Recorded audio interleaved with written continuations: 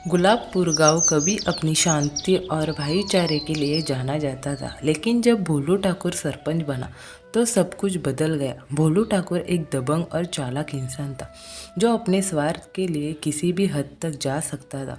उसने गांव के लोगों को अपने झूठे वादों से बहकाकर चुनाव जीता, लेकिन सरपंच बनने के बाद गांव को लूटने और डराने धमकाने में लग गया। सरपंच बनने के बाद भोलू ठाकुर ने सरकारी योजनाओं के पैसे अपनी जेब में डालना शुरू कर दिया। गांव में सड़कें बनने के लिए पैसा आया, लेकिन सड़कें कभी बनी ही नहीं। गरीब किसानों को मिलने वाला अनाज वह अपने गोदाम में भरकर महंगे दामों पर बेच देता। गांव के जो लोग उसका विरोध करते उन्हें डराया जाता। अगर कोई ज़्यादा बोलता तो उसके खेतों में आग लगवा देता या उसके परिवार को परेशान करता। पुलिस में शिकायत करने का कोई फायदा नहीं था, क्योंकि वह थानेदार को पहले ही पैसे देकर खरीद चुका था। भोलू ठाकुर सिर्फ सरकारी पैसे नहीं खा रहा था, बल्कि गरीबों से जमीन भी हड़पने लगा था। जो किसान कर्ज में डूबे होते उनकी जमीन औने पौने दाम में लिखवा देता।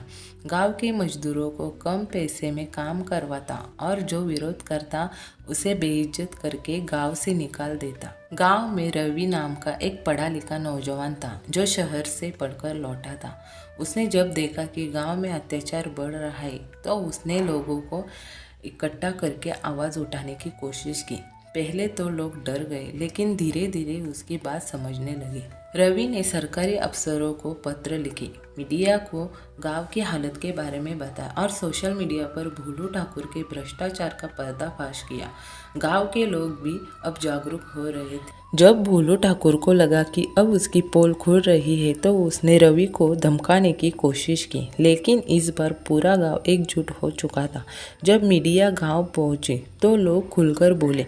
सरकारी अधिकारी जांच करने आए और भोलू ठाकुर की चोरी और जमीन हड़पने की सारी सच्चाई सामने आ गई। आखिरकार सरकार ने उसे सरपंच पद से हटा दिया और पुलिस ने उसे गिरफ्तार कर लिया।